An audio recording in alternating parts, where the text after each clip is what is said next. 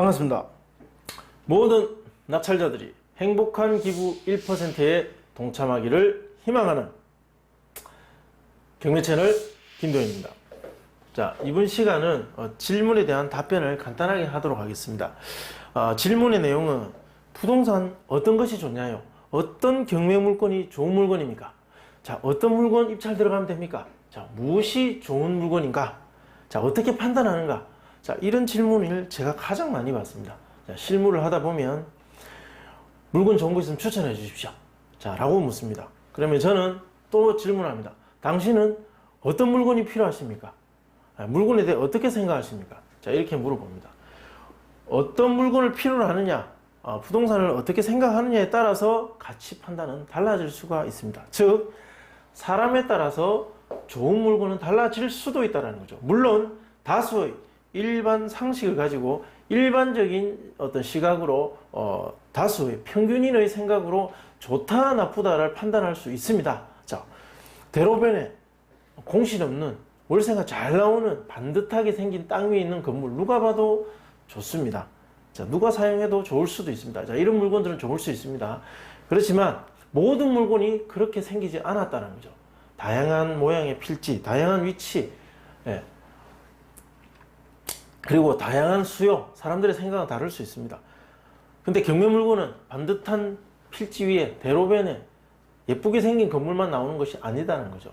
자, 그 경매 물건 안에서 어떤 물건이 좋으냐는 사용하는 사람 또는 부동산에 대한 사람들의 생각에 따라 조금씩 다를 수는 있다. 자, 그래서 여러분들한테 가치 판단을 하는 좋은 물건을 선택할 때 어떤 기준으로 생각을 해야 되냐라는 것을 생각하는 방법을 가르쳐 드리겠습니다. 부동산의 가치 분석. 자, 가치, 부동산의 가치가 뭐가 있느냐는 거죠. 간단하게 제가 설명드리겠습니다. 복잡하게 설명하자면 끝도 없이 복잡할 수 있습니다. 그러나 단순화시켜서 간단하게 생각하자면 이렇게 만들 수도 있습니다. 자, 이렇게 단순하게 생각하는 습관을 가지시고 부동산을 보고 판단할 때 이렇게 단순한 기준에 따라서 생각해 보시기 바랍니다. 부동산의 가치는 현재 그 물건의 가치는 교환할 때 발생하는 가치 있습니다. 즉 물건의 가격, 쉽게 말해서 10억짜리냐 100억짜리냐 이 물건은 20억의 가치가 있다. 교환, 매도자, 매수자. 매도자는 물건을 주고 매도자는 물건을 주고 매수자는 돈을 줍니다. 이 교환할 때 이 교환의 가치, 이것이 현재 얼마의 가치를 하느냐. 자, 이거 시세하고 다릅니다. 시세, 감정 이런 거 아닙니다. 진짜 교환할 때 이 매도자가 교환할 마음을 들게 할 수 있을 가격, 매수자가 교환할 마음이 들게 할 수 있을 그 가치, 진짜 실제 거래 가능 금액을 가치를 말합니다. 그것을 꼭 생각 한번 해보셔야 됩니다. 자, 그 다음에 사용가치. 이 사용가치는 굉장히 다양할 수 있습니다. 20억짜리 공장이 있습니다. 직장 생활하고 있는 사람한테 20억짜리 공장은 얼마짜리냐? 20억이냐? 아닙니다. 실제 현재 경기 상황에서 이 공장을 팔았을 때 살 사람이 나타나서 나한테 줄 돈을 주고 이 물건을 가져갈 그 교환할 때의 가치, 20억이면 다행이고 뭐 20억보다 높을 수도 있고 20억보다 안 될 수도 있고, 지금 같은 제조 경기 상황에서는, 나쁜 경기 상황에서는 20억 이하가 되겠죠. 이 20억이라는 게 감정이랑 가정하에, 직장인에서는 이 20억짜리 공장의 사용 가치는 없습니다. 그냥 교환 가치만 있는 거죠. 그러나 이 공장을 가지고 자기가 가진 기술을 이용해서 사업을 해서 뭔가를 만들어서 1년에 뭐 100억 원어치의 매출을 올릴 수 있다. 순이익은 30억이다. 라고 생각한다면 이 사람에게 이 공장의 사용 가치는 상당히 높다는 거죠. 그리고 상가금 같은 경우 임대 사업을 해서 받아낼 수 있는 월세, 그 금액, 그 월세의 규모가 또 이 물건을 사용했을 때 발생시킬 수 있는 가치, 생산성 이런 것들을 말하는 겁니다. 이건 사람마다 좀 다를 수 있습니다. 그리고 미래 가치, 지금의 교환 가치 말고 미래에 이 물건이 가지게 될 사용 가치나 또는 교환 가치, 이런 것들을 포함하는 미래의 어떤 전반적인 가치, 이 세 가지를 부동산은 모두 가지고 있습니다. 하나씩 분리해서 다 생각해 보셔야 됩니다. 그렇다면 가치 판단에 대한 연습을 한번 해보겠습니다. 여기까지 하고 마치겠습니다. 여러분, 벤츠 중고차 한번 생각해 보십시오. 자, 이것도 물건이니까 부동산처럼 생각해 볼 수 있습니다. 벤츠 중고차.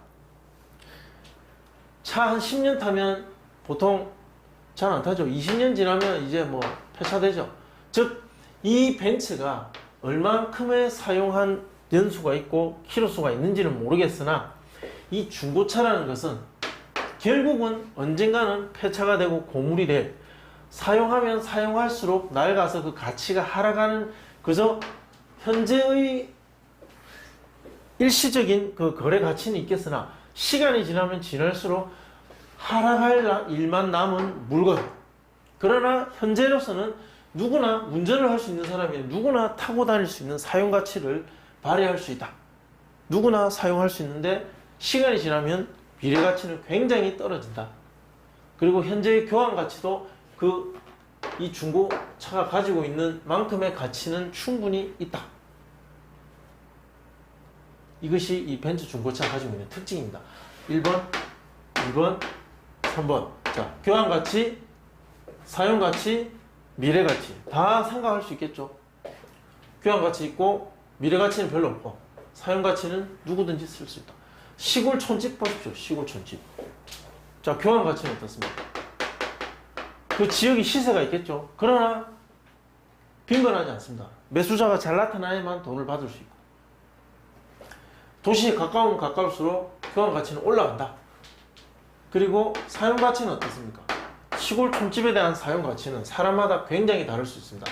은퇴하고 전원생활을 즐기고 싶어하는 사람이 굉장히 가치 있는, 인생을 새롭게 살게 할 수도 있는 굉장히 의미 있는 물건이 될 수도 있으나, 도시에서 직장생활하는 젊은 사람 또는 대학생들에게 시골 촌집은 있으나 마나한 물건입니다. 차라리 재산세만 내게 만드는 불편한 존재가 될 수도 있는 거죠.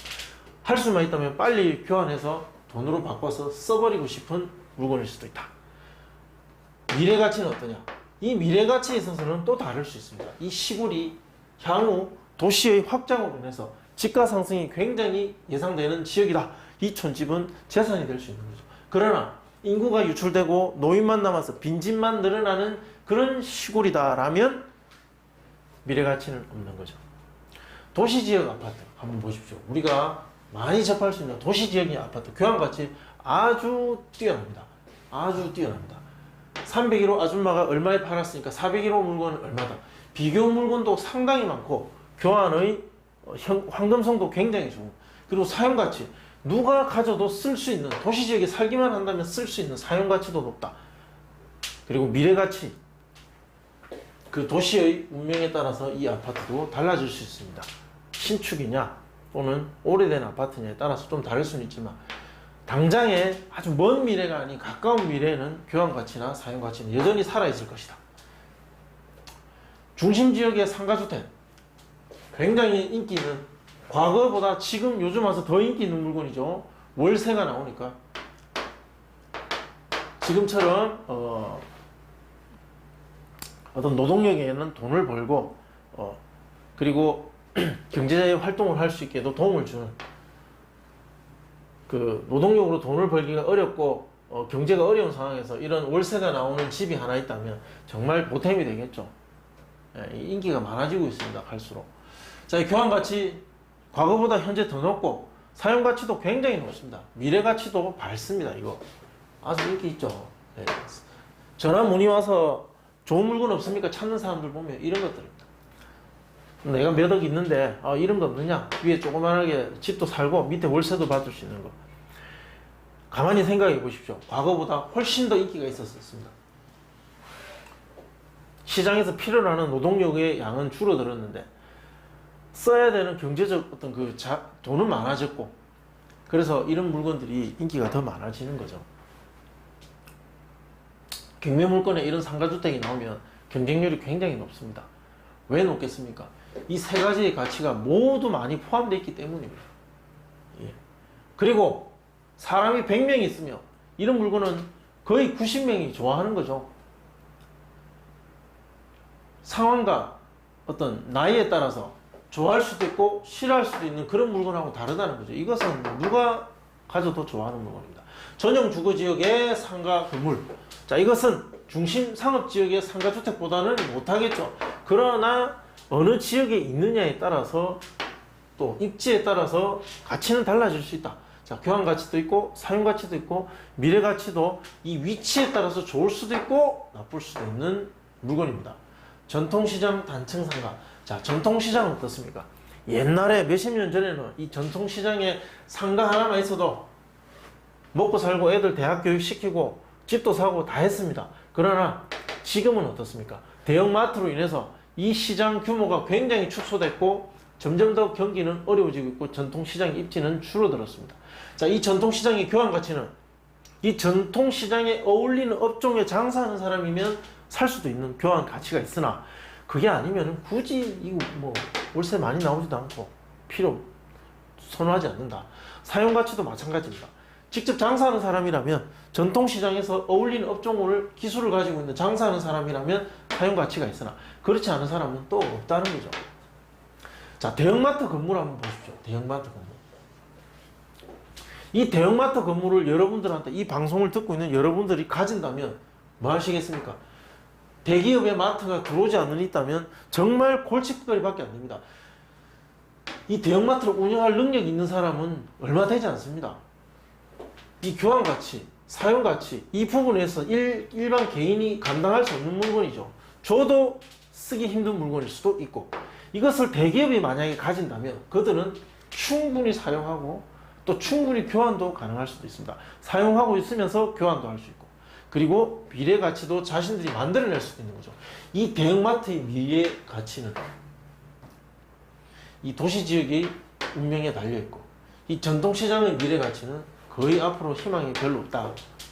점점 줄어들고 있다. 자, 8번 경남 거제시의 대형 공장. 자, 이거 조선 경기의 대한민국 조선 세계 조선 경기에 따라서 이 지역 부동산의 공장의 운명이 좌우된다. 현재의 교환 가치 보십시오. 지금 조선 경기는 그다지 좋지 않아서 이 교환 가치가 상당히 떨어졌다. 사용 가치는 이 웬만한 사람이 이거 직접 사용할 수는 없습니다.